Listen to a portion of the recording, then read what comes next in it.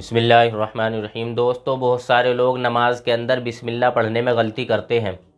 तो आज मैं आपको बताऊंगा कि बिस्मिल्लाह कहाँ पढ़नी है और बिस्मिल्लाह कहाँ नहीं पढ़नी है। तो दोस्तों, बहुत सारे लोग ये करते हैं कि बिस्मिल्लाहिर्रहमानिर्रहीम मैं नियत करता हूँ 4 रकात नमाज फ़र्ज़, यानी नियत करने से पहले बिस्मिल्लाह पढ़ते हैं।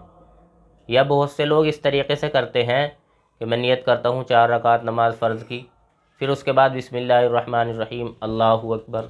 यानी बहुत तो नियत करने से पहले और बहुत नियत करने के बाद बिस्मिल्लाह पढ़ते हैं। तो दोस्तों, ना नियत करने से पहले बिस्मिल्लाह पढ़नी है और ना नियत करने के बाद बिस्मिल्लाह पढ़नी है।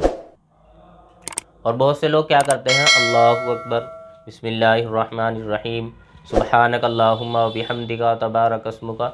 तो दोस्तों, सना पढ़ने से पहले भी आपको बिस्मिल्लाह नहीं पढ़नी है। और बहुत से लोग क्या करते हैं, अत्तहियात में बिस्मिल्लाह पढ़ते हैं, यानी बिस्मिल्लाहिर्रहमानिर्रहीम अत्तहियातु लिल्लाहि वस्सलावातु वत्तय्यिबातु वस्सलामु अलैक। तो आपको अत्तहियात से पहले भी बिस्मिल्लाह नहीं पढ़नी है। और बहुत से लोग क्या करते हैं कि दुआए कुनूत से पहले बिस्मिल्लाह पढ़ते हैं, यानी बिस्मिल्लाहिर्रहमानिर्रहीम अल्लाहुम्मा इन्ना नस्तईनुका व नस्तगफिरुका। तो दोस्तों, दुआए कुनूत से पहले भी बिस्मिल्लाह नहीं पढ़नी है। अब जान लें कि बिस्मिल्लाह कहाँ पढ़नी है। तो दोस्तों, जब आप सना पढ़ लेंगे तो सना पढ़ने के बाद अल्हम्दु की सूरत यानी पहली रकात में तो आपको आऊज़ु बिल्लाह भी पढ़नी है अल्हम्दु से पहले, और बिस्मिल्लाह भी पढ़नी है। पहली रकात में तो आऊज़ु बिल्लाह ज़रूर पढ़नी है। फिर उसके बाद बिस्मिल्लाह पढ़ें, फिर उसके बाद अल्हम्दु पढ़ें, फिर उसके बाद अल्हम्दु के बाद अगर आप कोई सी सूरत से शुरू करें या किसी आयत से शुरू करें तो आपको बिस्मिल्लाह के बाद और दूसरी सूरत शुरू करने से के बीच में भी आपको बिस्मिल्लाह पढ़नी है। यानी एक रकात के अंदर आपको 2 मरतबा बिस्मिल्लाह पढ़नी है। फिर अगर आप दूसरी रकात पढ़ेंगे तो फिर उसमें भी आपको अल्हम्दु से पहले बिस्मिल्लाह पढ़नी है और दूसरी सूरत के शुरू करने से बिस्मिल्लाह पहले पढ़नी है। तीसरी रकात में आपको जब खड़े होंगे तो अल्हम्दु से पहले एक मरतबा बिस्मिल्लाह पढ़नी है।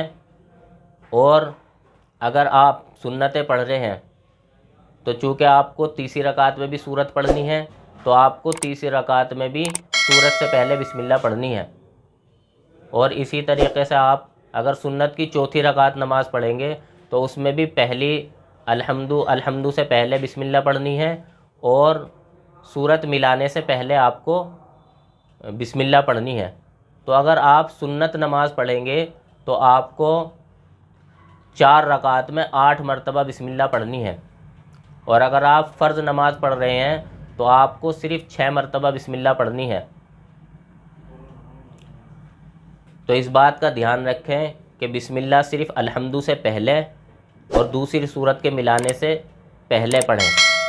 अल्लाह ताला सही समझ की तौफ़ीक़ नसीब फ़रमाए। व आखिरु दावाना अनिल हम्दुलिल्लाहि रब्बिल आलमीन।